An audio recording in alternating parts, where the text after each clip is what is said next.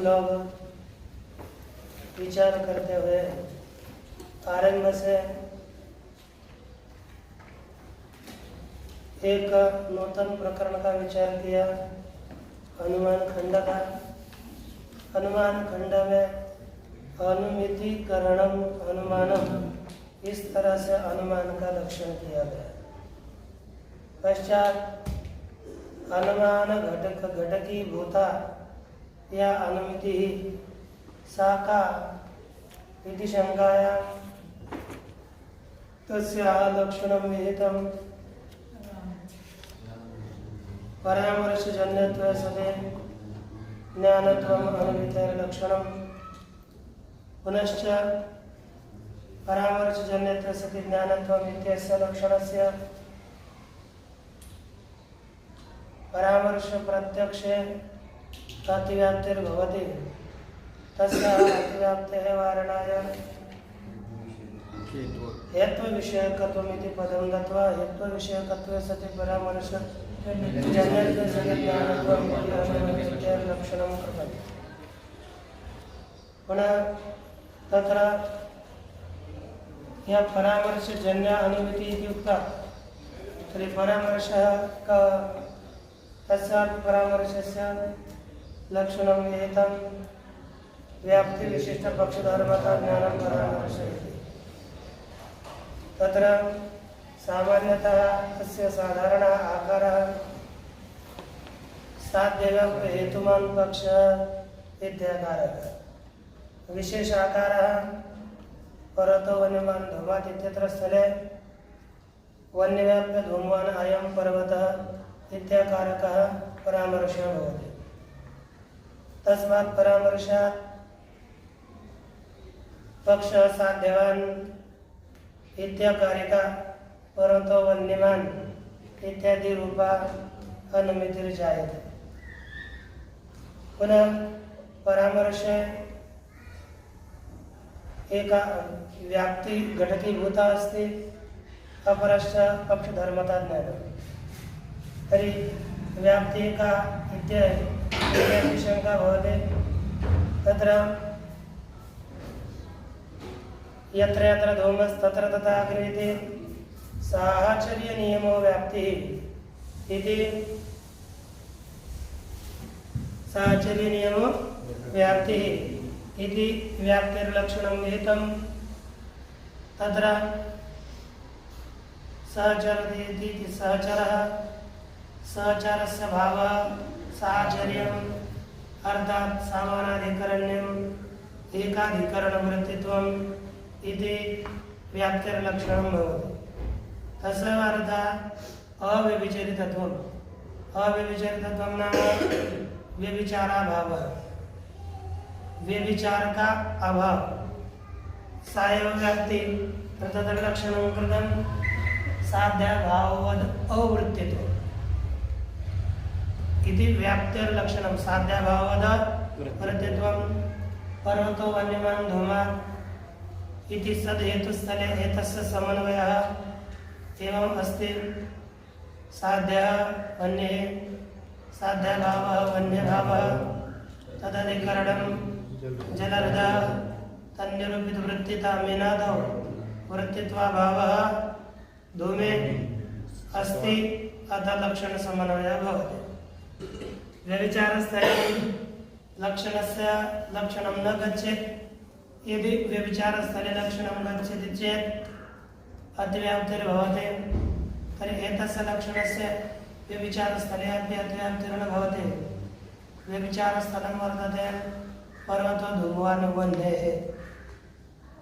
अस्मिन् स्थले साध्यः धूमः, साध्यभावः धूमभावः, तदधिकरणं यथा जलहृदः तथा अयोगोलकोऽपि तन्निरूपितवृत्तिता एव वह्नौ अस्ति, वृत्तित्वाभावः नास्ति, अतः नातिव्याप्तिः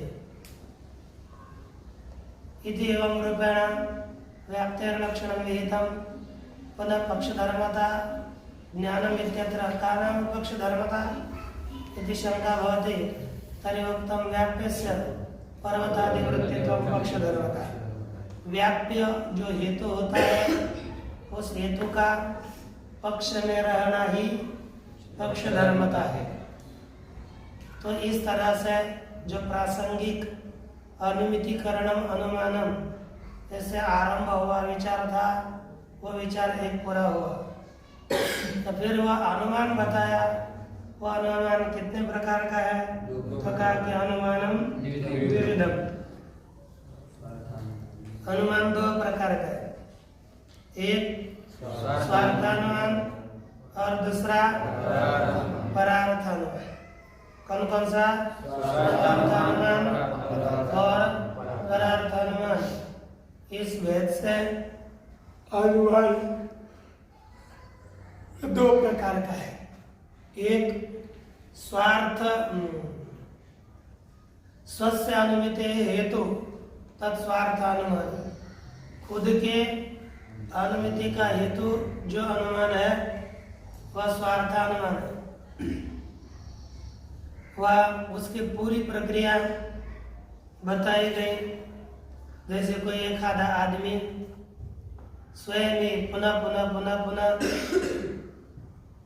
मानस आदि क्षेत्र में जाकर, पाकशाला में जाकर यत्र यत्र धूम तत्र तत्र अग्नि, इस प्रकार की व्याप्ति को ग्रहण कर लेता है। जहाँ धूम वहाँ अग्नि, ये जान लेता है, बालक भी जान लेता है और व्याप्ति का ज्ञान हो गया। उसके पश्चात यदा कदाचित वह पर्वत देश में चला जाता है। एक पर्वतीय स्थान बताया, आप कहीं पर भी चले जाओ, पर्वत देश में गया और वहां पर उसे अग्नि का संदेह हुआ, यहाँ आग है कि नहीं। फिर उसको धूम दिखता है। धूम देखने के बाद उसे पूर्व में जो यत्र यत्र धूम तत्र तत्र अग्नि, इस व्याप्ति का स्मरण हो जाता है।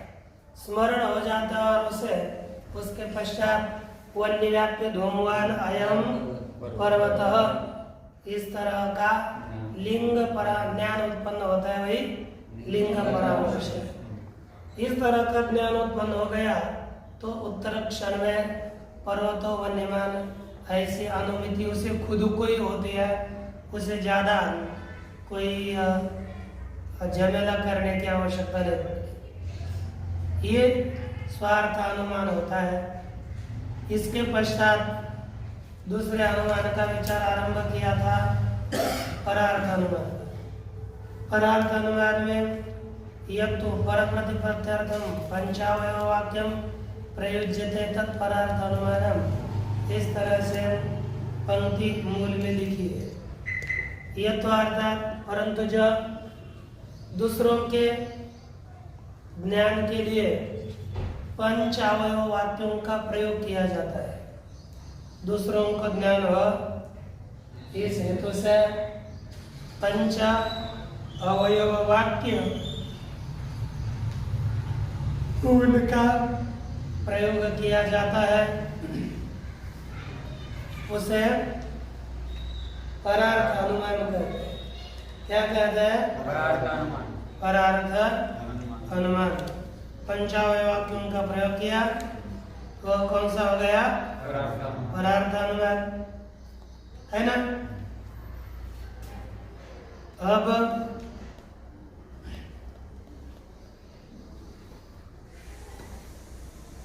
इसके पश्चात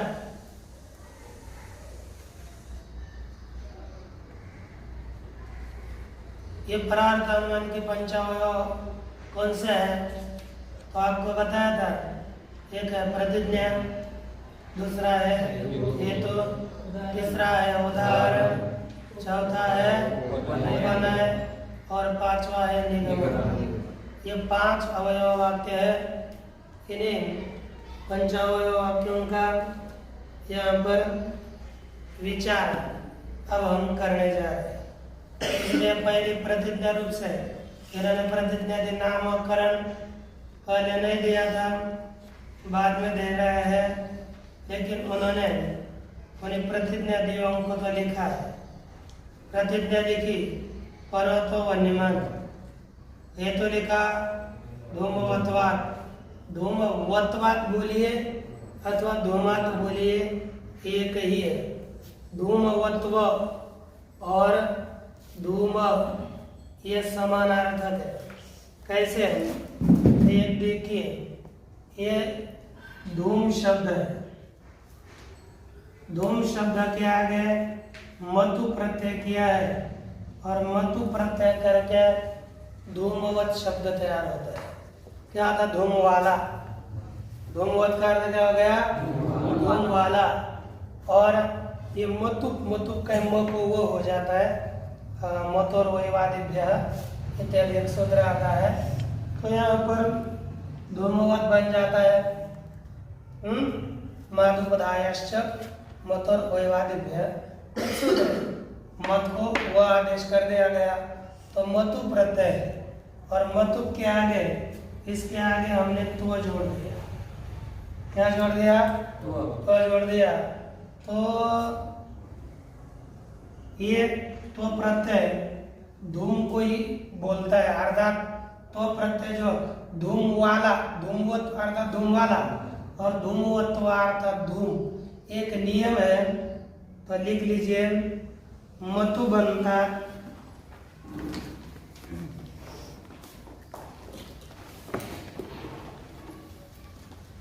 विधीयमानो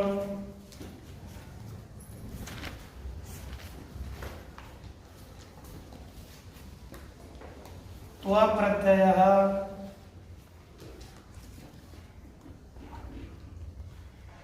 प्रकृतिं गमयति। ऐसा एक नियम है। मतु बनता अर्थात मतु प्रत्यांत के आगे विधान किया जाने वाला त्वा प्रत्यय है, वह प्रकृति का बोध करता है। मतु बनता। अब यहाँ पर मतुबंत से विधान किया जाने वाला त्व प्रत्यय लिख लिया अर्थ सहित। मतुबंत से विधान किया जाने वाला त्व प्रत्यय, मतुबंत से विधान किया जाने वाला त्व प्रत्यय प्रकृति का बोध कराता है। मतुबंत से विधान किया जाने वाला त्व प्रत्यय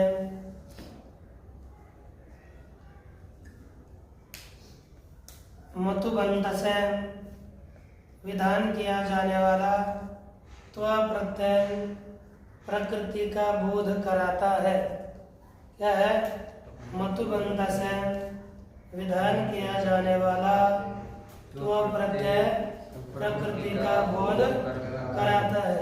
तो यहाँ पर देख लीजिए, यहाँ पर मतु अंत शब्द हो गया धूमवत, और उसके आगे विधान किया जाने वाला तो प्रत्यय किसका बोध कराएगा? प्रकृति का। जिसके आगे मतु प्रत्यय लगेगा उसी का बोध करता है। अर्थात धूम और धूमवत्व एक ही अर्थ है।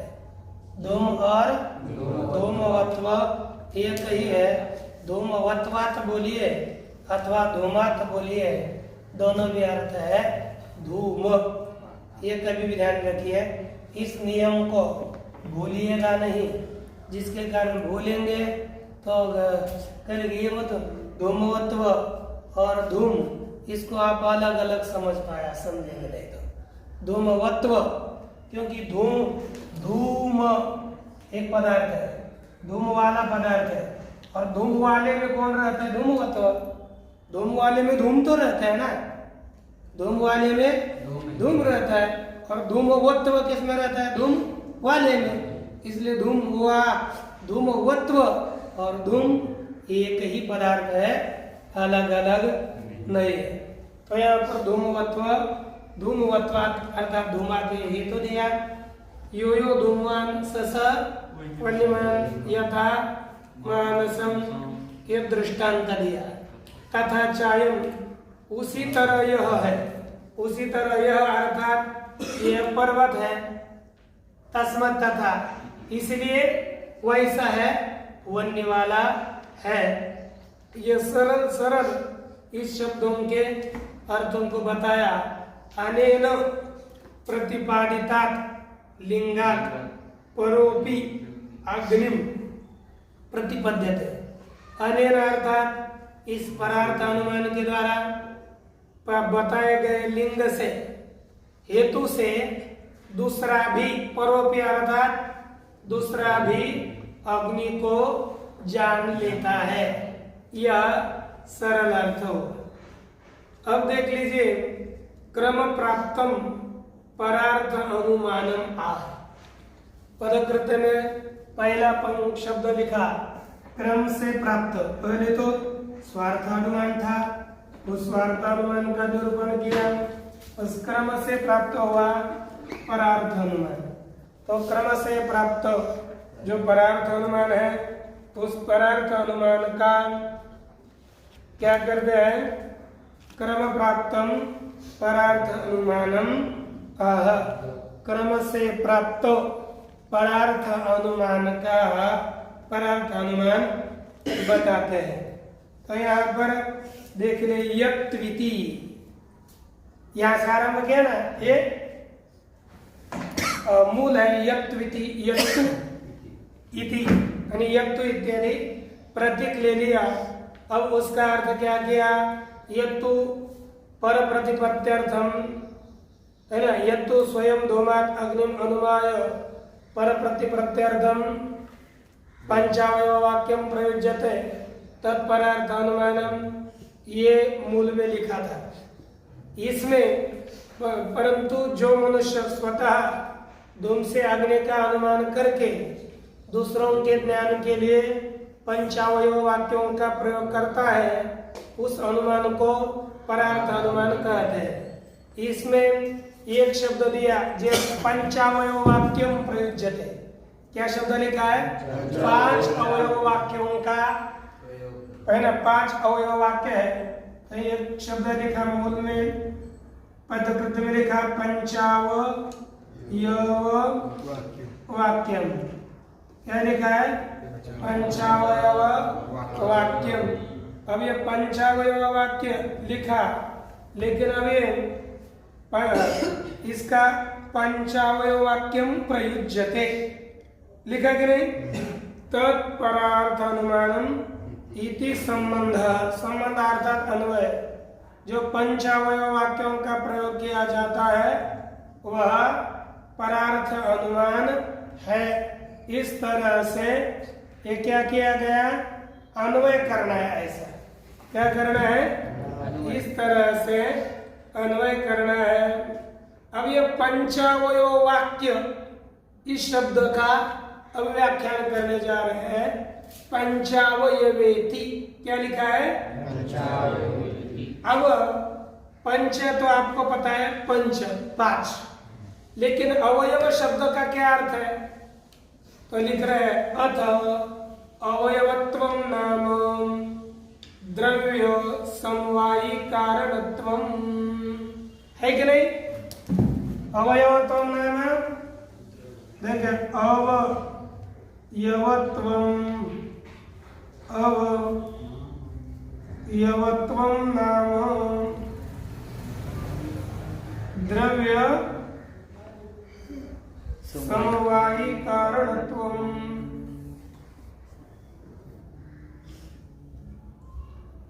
अवयव कौन है? तो द्रव्य का समवायी कारण है। देखो ये प्रसिद्ध है, यह प्रसिद्ध है। जैसे एक द्रव्य है घट, घट द्रव्य है, तो इस द्रव्य का ये 2 कपाल समवायी कारण हो गए। वही तो अवयव है। घट के अवयव कौन है? ये 2 कपाल। सुना नहीं है? घट के अवयव कौन है? 2 कपाल। द्रव्य का जो समवायी कारण होता है वही अवयव होता है। तो अवयव का लक्षण क्या हो गया? द्रव्य समवायी कारणत्वम अवयवस्य। क्या लक्षण हो गया अवयव का? द्रव्य समवायी कारणत्वम अवयवस्य। ये कभी भी देखो, ये बिल्डिंग है, ये है, इसका जो समवायी कारण है ये भाग, इनके टुकड़े टुकड़े, पेन का समवायी कारण ये है ना? तो तो इनके जो अवयव है, अवयव का लक्षण हो गया द्रव्य का समवाय कारण वह अवयव होता है। कहीं पर भी आपने ये बिल्डिंग है, इसकी माटी, उसमें बालू, सीमेंट, ईटा, ये समवाय कारण है तो वो उसके अवयव हो गए। बिल्डिंग के है कि नहीं, घर के वो अवयव हो गए। तो अवयव का लक्षण होता है, स्पष्ट है, इसमें किसी को कोई शंका वगैरह नहीं कि जो समवाय कारण हो वह अवयव है, यह है। लेकिन अब यहाँ देखिए, वाक्य द्रव्य थोड़ा ही होता है। वाक्य 5 अवयव वाक्य यहाँ पर बताए गए हैं, तो ये द्रव्य थोड़े, वाक्य तो शब्द है ना। वाक्य में समवाय कारण क्या होगा? शब्दों का कोई, वाक्यों का कोई समवाय कारण, ऐसा तो द्रव्य का समवाय कारण अवयव होता है, वाक्य द्रव्य है नहीं, तो उसका कोई समवाय कारण क्या होगा? और उसके समवाय कारण को हम अवयव कैसे मानेंगे? अर्थात वो अवयव का लक्षण इस पंचावयव वाक्यों में नहीं लगता। जो ऊपर दिया हुआ लक्षण है द्रव्य समवाय कारणत्वम, यह प्रतिज्ञादिषु तद असंभवात्, प्रतिज्ञादियों में प्रतिज्ञा, उदाहरण, उपनय और निगमन, ये जो 5 बताए गए अवयव, इनमें क्या देख रहा है? कहाँ देख रहा है? हाँ, इधर पड़ा रहे, उधर नहीं। प्रतिज्ञा इत्यादि जो 5 है, कौन कौन से बोले हैं?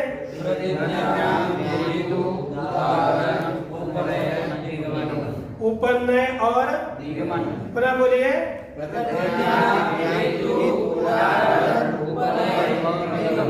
ये जो 5 है, ये 5 किसी द्रव्य के अवयव है क्या? द्रव्य का समवाय कारण है क्या? तो द्रव्य का समवाय कारण नहीं है। आपका लक्षण हो गया द्रव्य समवाय कारण तुम अवयव से लक्षणम, तो ये अवयव का लक्षण प्रतिज्ञादि 5 में असंभवा, प्रतिज्ञादिषु तद असंभवात्, ये लक्षण संभव न होने से कथम एते अवयवा, ये प्रतिज्ञादि 5 अवयव कैसे हैं? क्योंकि उनमें लक्षण संभव हो तो वे अवयव होंगे, लेकिन उनमें तो ये लक्षण संभव नहीं है, इसलिए वे 5 अवयव कैसे होंगे? उनमें अवयवत्व नहीं होगा। इस तरह से शंका हो गई, आक्षेप आया। अब हम उनके लिए एक स्यूरिति से कथम एते अवयवाः, स्यूरिति से ये अवयव कैसे होंगे? इस तरह से चेत तक शंका हो गई। शंका का आशय समझ में आ गया? क्या इधर दांत निकाल रहे हो? उत्तर इन्होंने कहा, अरे जो द्रव्य के समवाय कारण है उन्हें हम अवयव नहीं कहते। फिर क्यों अवयव कहा? कि जो एक देश होता है ना, उसे अवयव कहने की प्रथा है। जो एक देश है वह अवयव, जैसे चटई का एक देश, उस चटई का अवयव होता है। वैसे ही अनुमान का एक देश, अनुमान का अवयव होगा। तो इसलिए लिखा अनुमान वाक्य एक देशत्वात्, अनुमान वाक्य का एक देश होने से ते अवयवाः, वे प्रतिज्ञा, उदाहरण, निगमन इत्यादि अवयव है। इति है ना, ते अवयवाः इति उपचर्यते, उपचर्यते अर्थात गौण प्रयोग किया जाता है। इति ग्रहण, ये उत्तर आप ग्रहण करो। शंका करने वाले के लिए उत्तर दे रहे, समवाय कारण वही अवयव है, ये हमारा वो तो मुख्य अवयव है, लेकिन यहाँ पर पंचावयव वाक्यों का एक देश होने के कारण हम इन्हें अवयव कहते हैं। ये गौण प्रयोग हम करते हैं, ऐसा समझो। जो भी एक देश होता है वह अवयव होता है। जैसे इसका एक देश हो गया तो इसका अवयव हो गया, ये मिलकर एक एक देश मिलकर ही तो पूरा अवयवी बन जाता है। ये एक देश हो गया लेकिन मिलकर अवयवी बना, तो एक एक देश जो जो होता है वह अवयव होता है। ऐसा मान करके अनुमान का जो एक देश है 5 वाक्य होते, प्रतिज्ञा एक वाक्य, उदाहरण दूसरा वाक्य, हेतु हेतु तीसरा, दूसरा उदाहरण तीसरा, उपनय चौथा और निगमन 5वां। ये अनुमान का 5 देश है, विभाग है, इसलिए इन्हें 5 अवयव वाक्य है ऐसा प्रयोग किया हुआ है। और भी कुछ शंका उत्तर आएंगे, देखेंगे।